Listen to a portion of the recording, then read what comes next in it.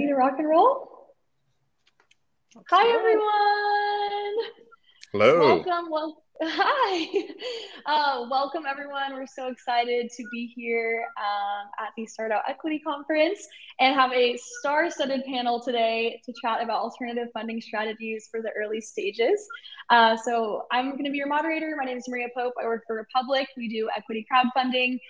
We have a private capital division as well as an early stage crypto advising arm. And we actually just threw a Republic and Start Out event in DC this morning. So super excited to continue to support Start Out at this conference.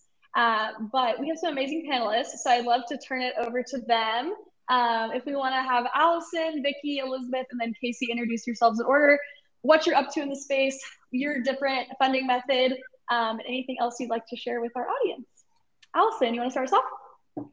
Sure. Thank you, Maria. And thank you to Start Out for an amazing event and always hosting really great discussions with a really great set of co-panelists. I'm Allison Greenberg. I'm co-founder and CEO of a company called Ruth Health. You can learn more about us at ruthhealth.com. That's Ruth like Ruth Bader Ginsburg and health like healthcare. And we are a centralized care hub for pregnancy and postpartum. So we offer telehealth services to take care of folks through their pregnancy journey. We also offer resources for non-birthing partners. So that's, girlfriends, boyfriends, wives, parents, anybody involved in the process of bringing new life into the world. We're alumni of Y Combinator, of Techstars United Healthcare, and I'm also a member of the New York Programming Board of Start Out. So very excited to be here, and I'm normally based in the Bronx in New York, but joining from Massachusetts today. Thanks, Allison. Vicky? Hello. Hi, I'm Vicky, founder at Coralus. Formerly, you may have heard of us as SheEO. We just recently changed our name. And we are a sort of redesigned ecosystem to support women and non-binary entrepreneurs.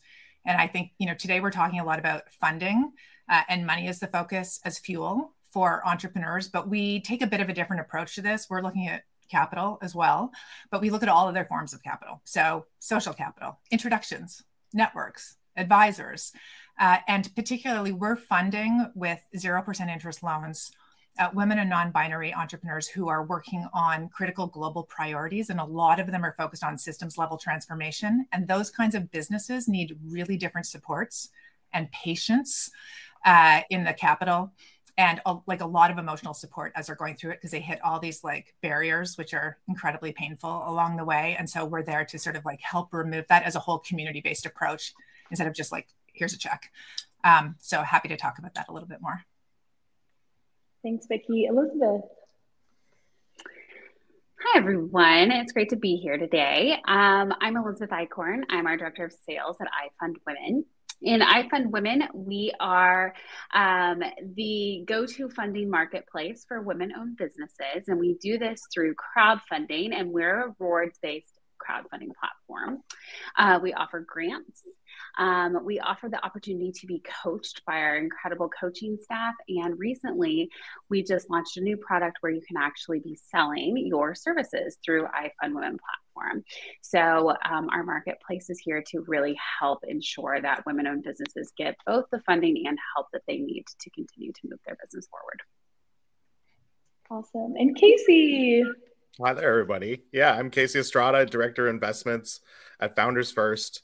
And at Founders First, we support businesses started by underrepresented founders through various methods. So on one side of the organization, we put on accelerator programs, we offer grants, and we're able to do this at little to no cost to entrepreneurs by raising grant money from large donor organizations.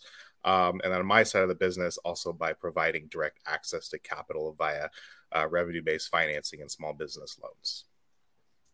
Awesome. Okay, as you can see, a star-studded panel and also lots of different perspectives and also resources for everyone in the audience. So we're super excited to dive into the pros and cons of all these different types of funding instruments for early stage entrepreneurs.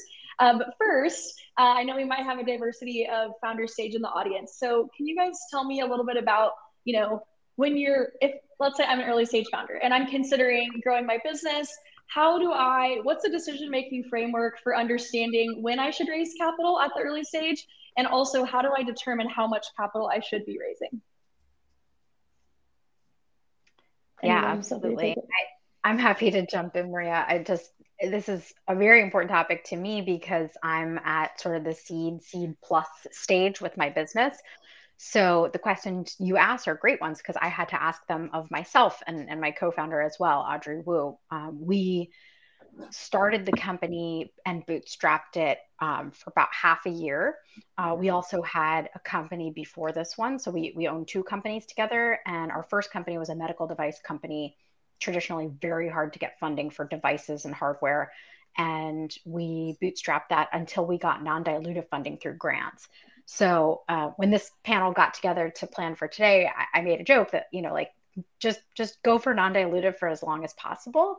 That's not always the solution for everyone, but I think non-dilutive should be your first goal and bootstrapping before that.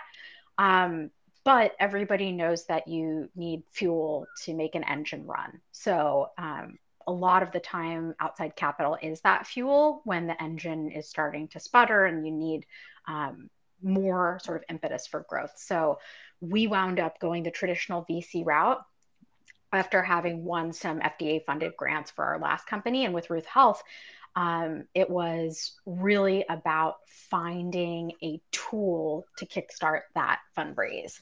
So we knew we needed to fundraise because we were low on capital. We needed to hire. So we needed it for headcount, we needed it for marketing, and we needed it for product development. Those are big capital intensive things that are very hard to bootstrap. We put together a budget. So I think this is like a key is a lot of people look at fundraising and they see, well, oh, this company raised $1 million and this one raised $3 million. And you can't do that. You really need a budget. You need a pro forma and to put together all the dollars and cents in each line item because investors will not take you seriously otherwise. And finally, we took the number that we came up with and we minimized that number. So in our pre-seed round, we ended up raising $750,000. That was a little bit less than we thought we needed because we were aiming for close to $1 million. And then in our seed round, we raised about 2.4 million. And we wanted to raise around 3 million, but we chose to then set our raise at 2 million and be oversubscribed. And so I think that's another quick tip is raise a little bit less than you think you need to most of the time, but maybe not as much in times of financial disruption, which is like right now, the markets are very tough. So I would actually go back and raise more than I did if I could go back, but hindsight's 2020. So those are my thoughts from like a seed growth perspective. I'm happy to jump in just to add to that, unless you want to just go to another question or keep going. Oh no, Vicky, please. Yeah.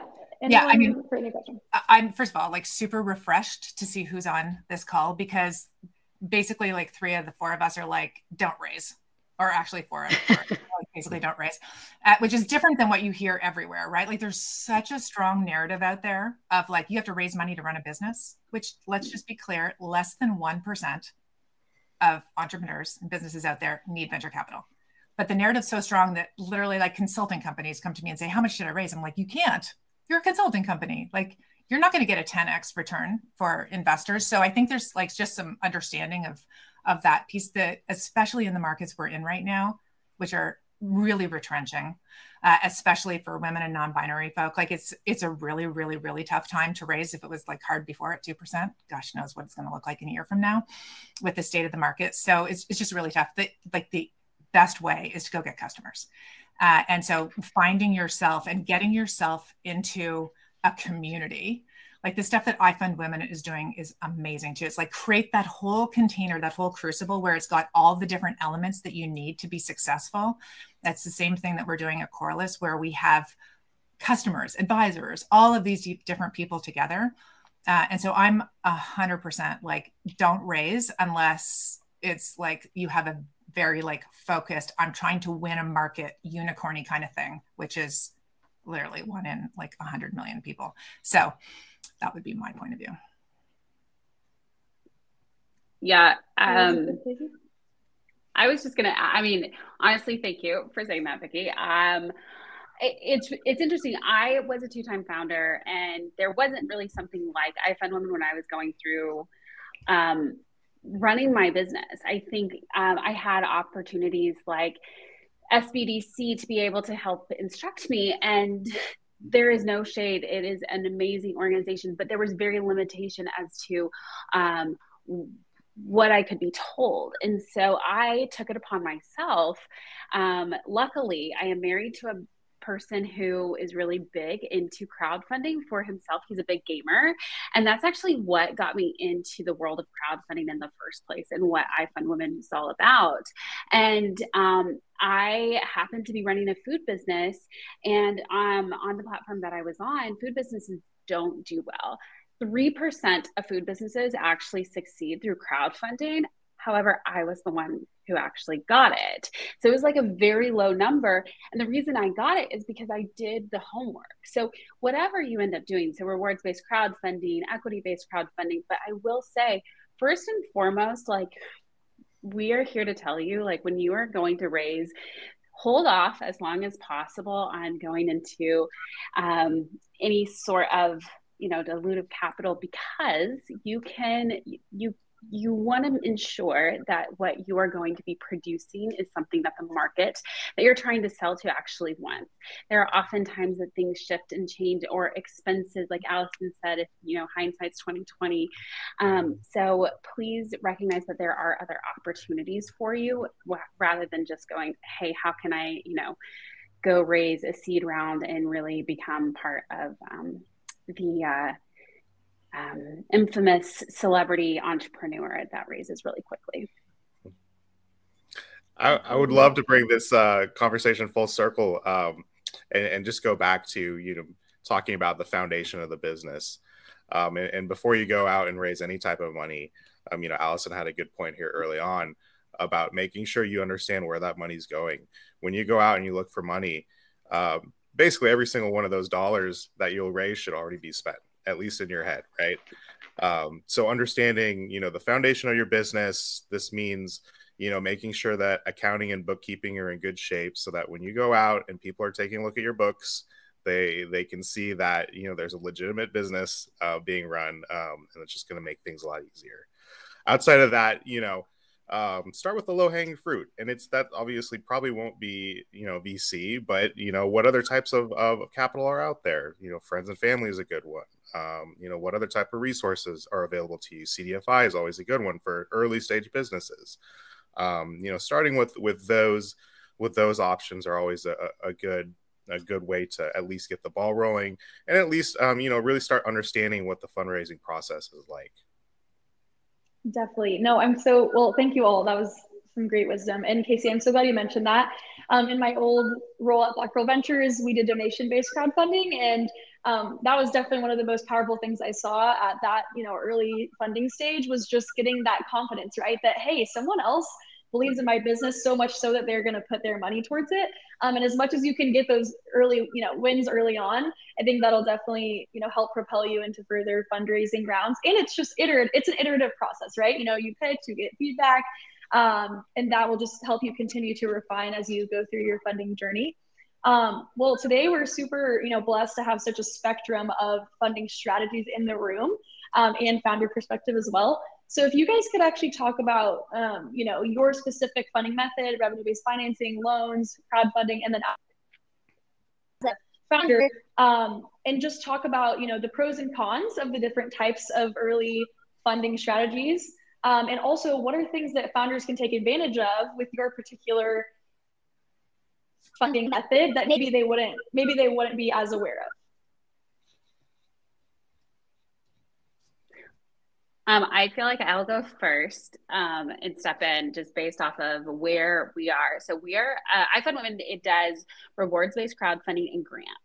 I often say to people, rewards-based crowdfunding is one of the early stages, first stops on a funding journey. It can be on any stage of your business, but truly, before you go to a place, before having to go take out a loan, I highly recommend trying out crowdfunding from the opportunity to test out the waters. We, once again, are rewards based. What does that mean? It means that you are giving some sort of a reward in exchange for money. So, but this is not just a t-shirt with your logo on it. There are strategies behind. You want to ensure that the rewards that you have are things that people in your market actually would want to purchase. So just keep that in mind. And then the grants, iFund Women is we are a brokerage. We have the opportunity to work with some incredible clients and partners like Visa and Adidas, and which I never knew that is how you pronounce that name, by the way, until we partnered with them. Here's the thing about grants. They're amazing, and you should definitely always apply for them. Here's the thing. You should not put all of your like funding eggs, is what I call them, into just the grant basket. The reason why is because you have no idea if you're going to get them. You have no idea how many people have applied from. You sometimes don't even know what all the qualifiers are that the person who's going to be giving you that money, like actually, like what they might not tell you. So just know that my belief and iFund Women's belief is to diversify your funding experience. But those are two of the things that we offer here at iFund Women. Cool. I'll go next. So I just flipped into the chat. Our venture applications are open right now for entry and funding into our community in Canada and the US and the UK. And so our approach is we have a community of activators. So people who are activating their capital, their networks, their expertise in support of what you're building. And the way that it works is we pool all of the capital from those activators in each country together. And then when you apply, super simple application, 10 questions, no pitch decks, no attachments, no jargon. You tell us why you're the person to solve this problem, why now is the right time. All the questions are on the website. You can see everything in advance, super, super transparent. You apply. And then all of those hundreds of women who have committed capital go online and they look at your applications. They go through the 10 questions and they leave comments. And you can have an ask in your application. So just applying, you get eyes on from like hundreds of women who are looking at what you're doing. And they're like, oh, I know someone who can help here. I'd love to be a customer. I'd like to help you. This is interesting. So even if you don't get selected, you get feedback. Everybody gets a bunch of feedback. And then if you get selected into our community, you get a 0% interest loan. We do a little financial analysis with you once you get into the program and help you through that process. And then you get access to all of us. So we're all in a community together, and we have a whole process for asking and giving regularly. So you can say, I'm looking for an intro to senior person at company X, and someone jumps in organically and says, I know somebody, do you want me to make the intro?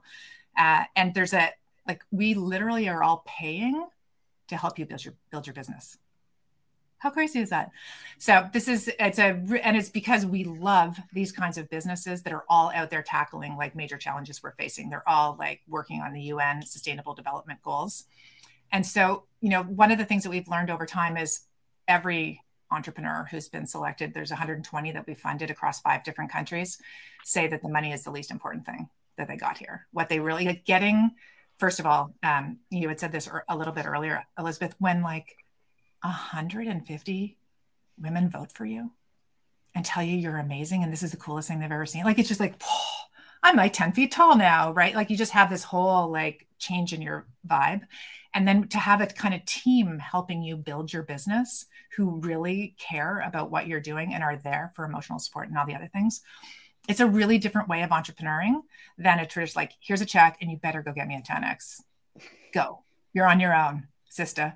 And so it's a really different kind of vibe. So I just think we need to, like, I love the kinds of things that people are doing on this call, because we need to rethink what's going on with this funding, like this whole narrative of you have to do it all on your own, work 24/7. Like, I think that's total BS. There's a whole other way to organize things. Yeah, absolutely. I mean, it's really nice to hear this from funders and not just founders. To echo what Vicky's saying, I think as a founder myself, I looked at venture capital as an impossibility at first. And that wasn't because I thought it was going to be really hard to raise in 2021. It actually was the easiest time in human history to raise. Now it's very different. But I looked at it as an impossibility because I'm a gay woman. So by definition, as a female founder, I have access to about 2% of the venture capital that goes out every year. And that number is decreasing with every year. So when you look at those stats, whether you're, female founder, non-binary founder, your odds are not good. And I think they're probably getting worse by the minute right now. So just playing the odds, it's really smart to assume that venture capital is not a wise route for you. So going back to the ways that I found funding for my own businesses, bootstrapping sounds really hard, but it's actually quite easy if you're product market fit. Your goal is not to build a booming business with all the bells and whistles and a massive team. Your goal is to find something people want. So as you're bootstrapping and you're finding something people want, the more people who want it, the more access to capital you'll have. And I mean, not just venture capital, I mean, venture debt capital, grants, non-dilutive funding, friends and families capital. People love a winner and they love success. And so that's the hard part, is actually it's easier to get capital when you're already making capital, when you're making revenue, or when you're succeeding.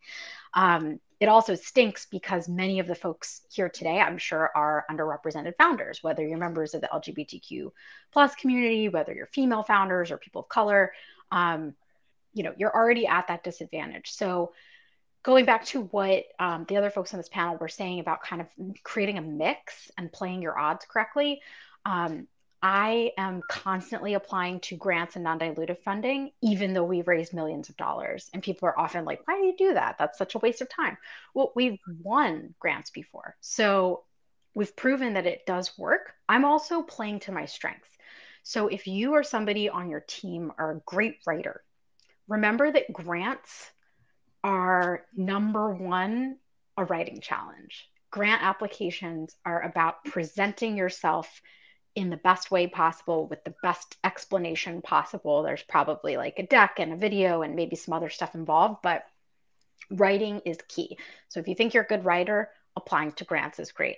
I always use the example of there's not just grants from great organizations like Corrales and I Fund Women and all kinds of grant givers out there. There's also grants from the government. In maternal health, tons of funding from the government, from states and federal. Look at the problem you're solving and figure out who the stakeholders are, because those who have a stake in that problem are probably throwing some dollars at it on a public level.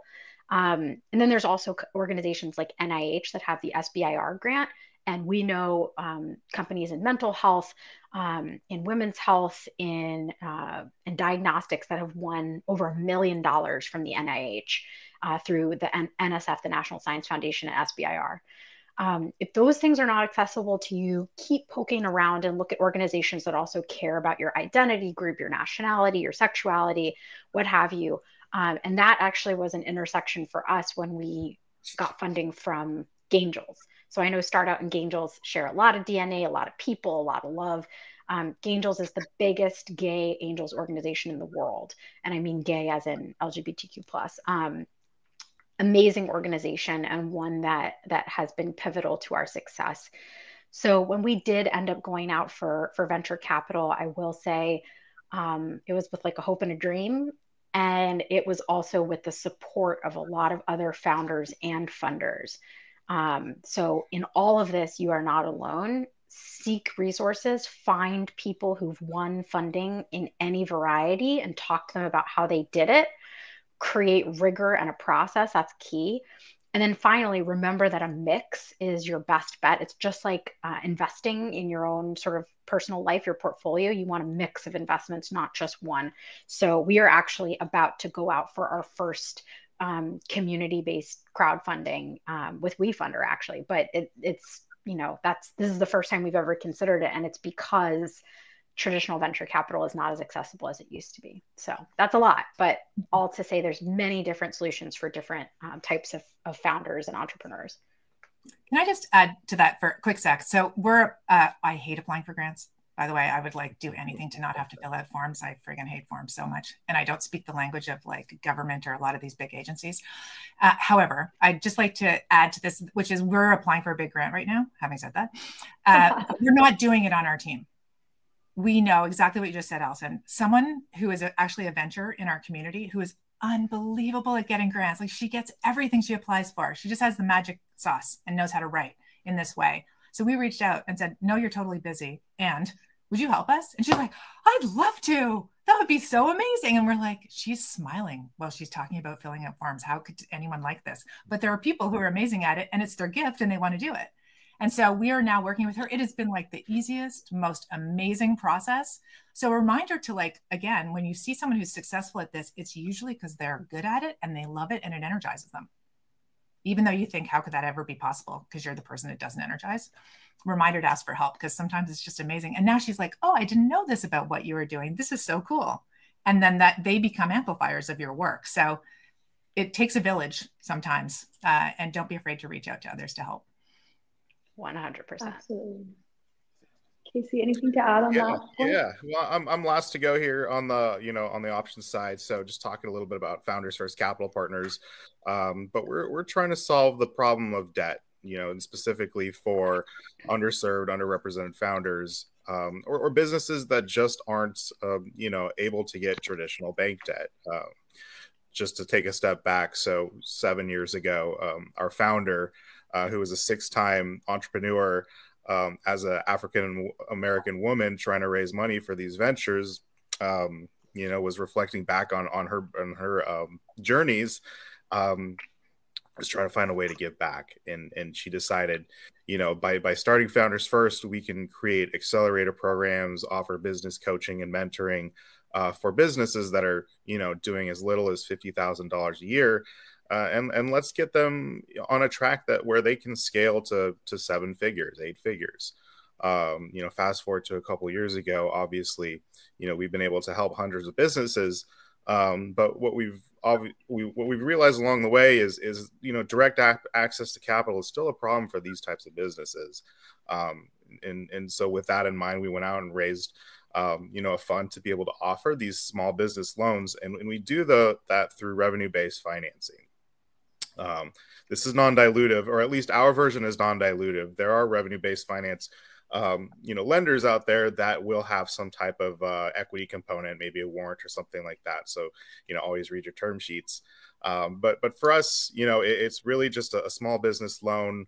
Again, we're targeting businesses that, debt options for them are relatively scary. We're talking, short-term, high-interest loans, with daily or weekly paybacks. So facilities that really get businesses into trouble, they get stuck on this hamster wheel of paying off debt, instead of being able to put their cash flow towards growth.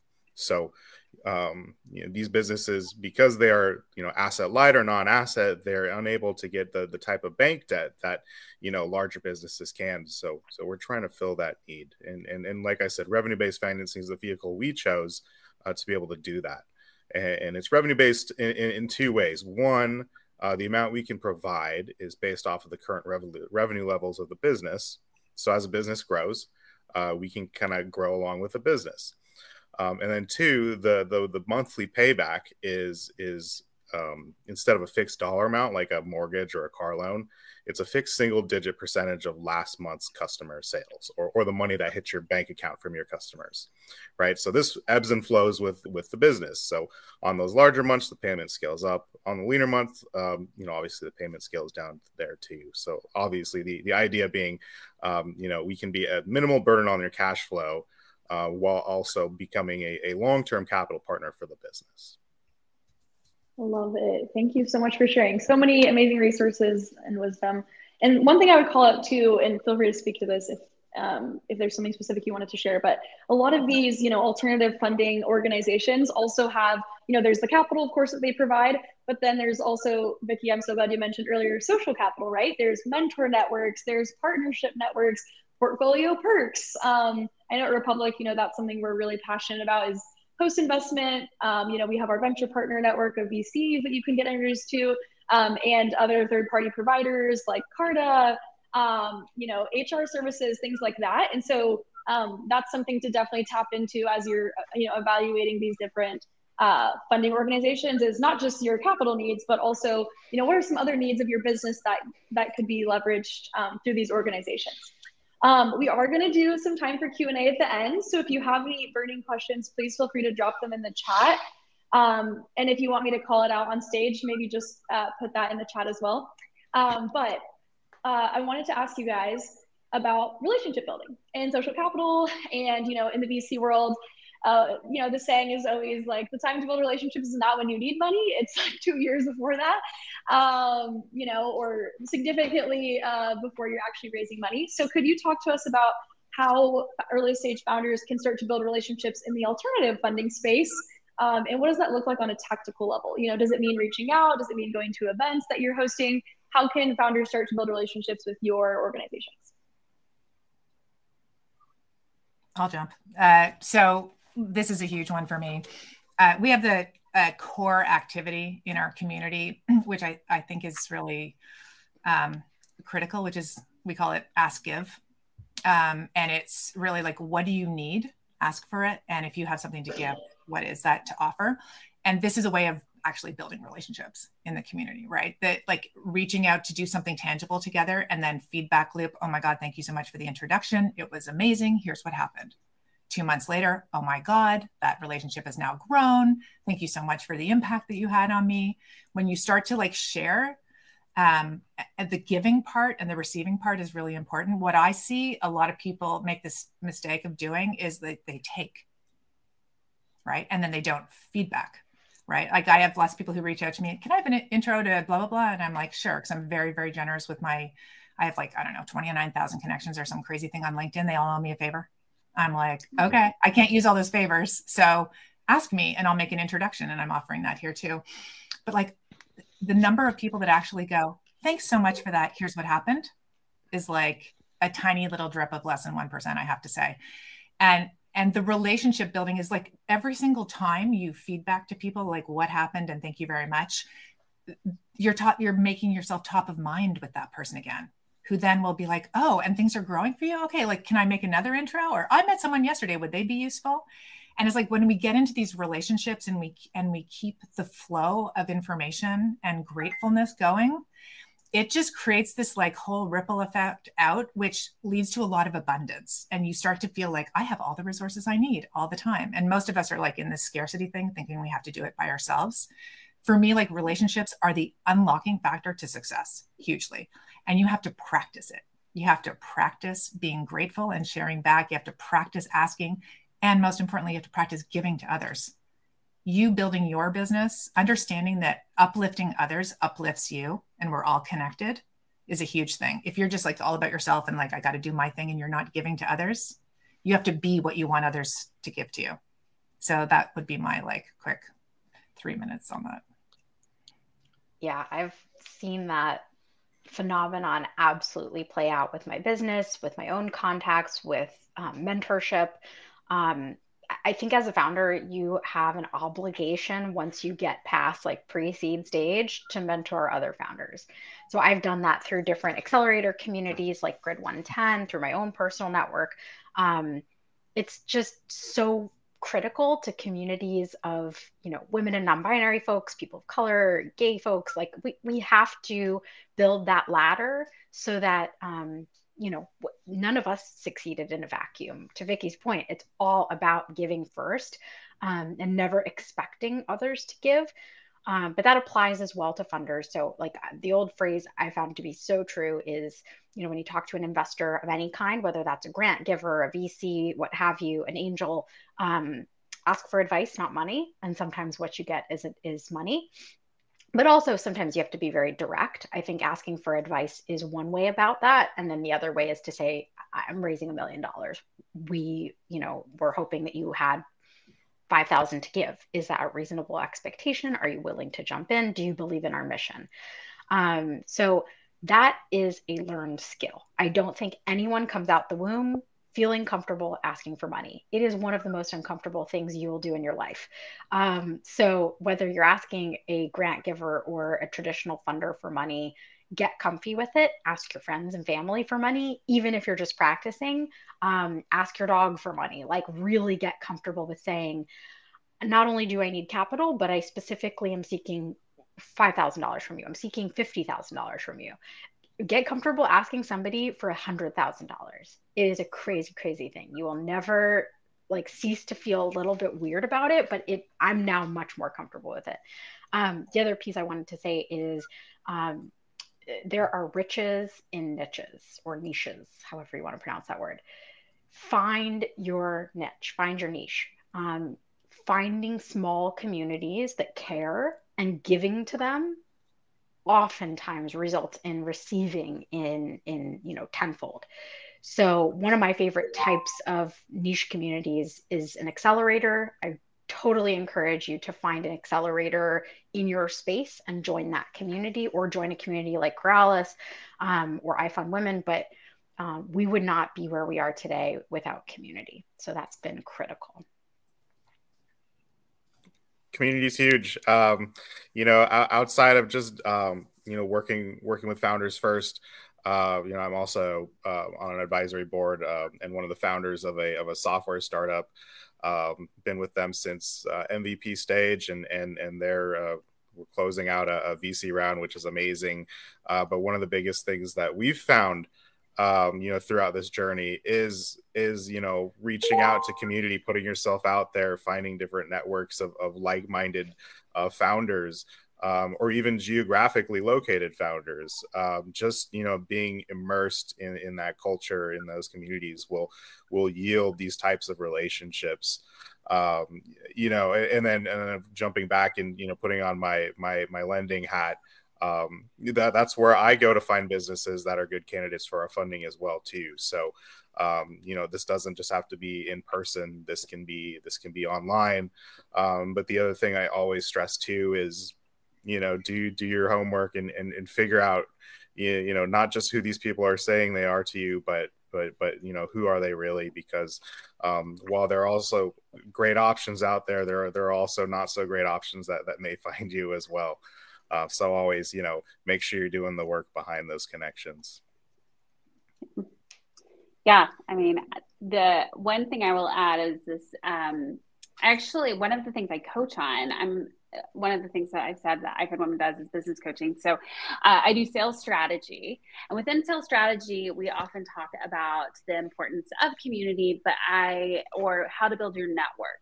And I have realized, because one of my companies was all about human capital and the importance of actually recognizing that there's a difference between networking and connections, or building community. Networking is this opportunity for you just to go out there and hey, when business cards were a thing, you're collecting business cards, and community is actually a giving and receiving of something. And so if that is an opportunity, there is a difference, and you really need to recognize that when you're going into this idea of, I want to tap into my community to see about raising funds. If you realize that you have a bunch of people that you have just either taken from, you need to then think about, before going asking again for money, see about how to really build up your relationships first with the people that you currently have.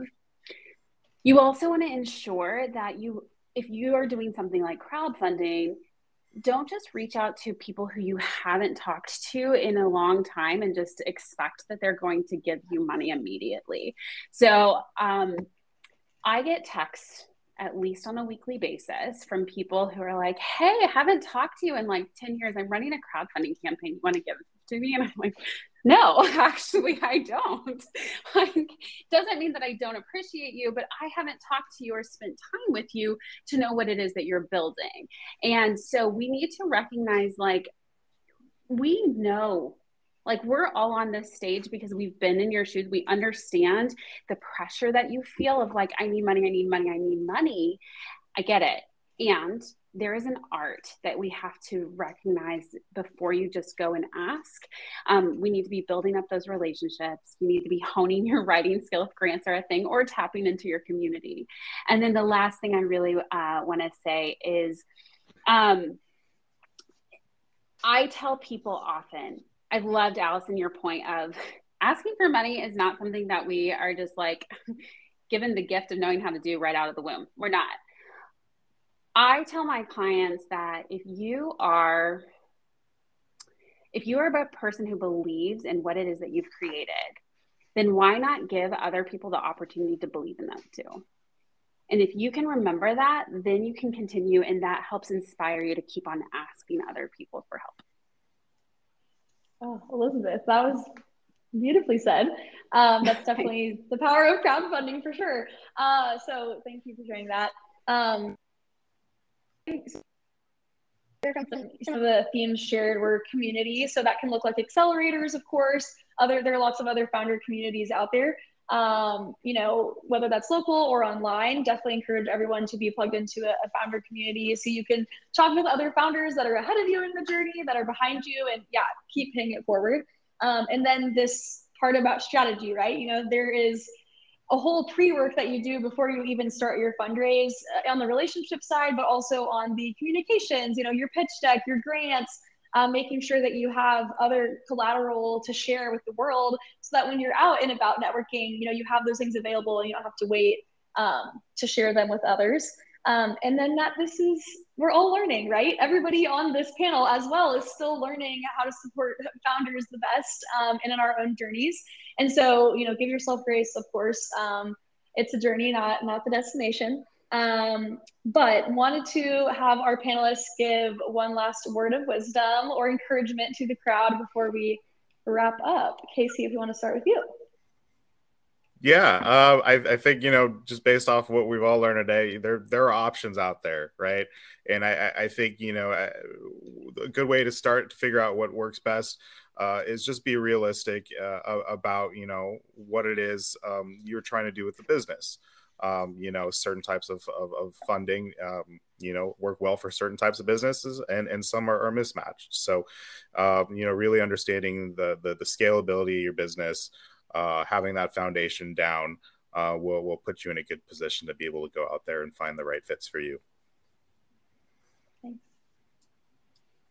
Elizabeth? Sorry, I was muted and I was like sorry. Like, yeah. Yeah, I was like, yeah, I really like that.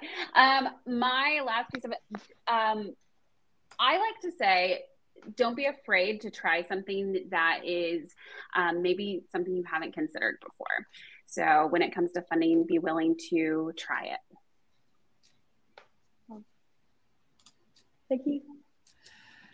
Sure. I just put in the chat too, but for me, it's like find a community, entrepreneur together, ask for help, support others on their journey, because it's all tied together. It'll all come back in spades. The more you give, the more you receive. It's just going to be a great circle. But please don't go it alone. Don't buy into this conditioning we have that you have to do it all by yourself. It's a total nightmare to do that. 100% agreed.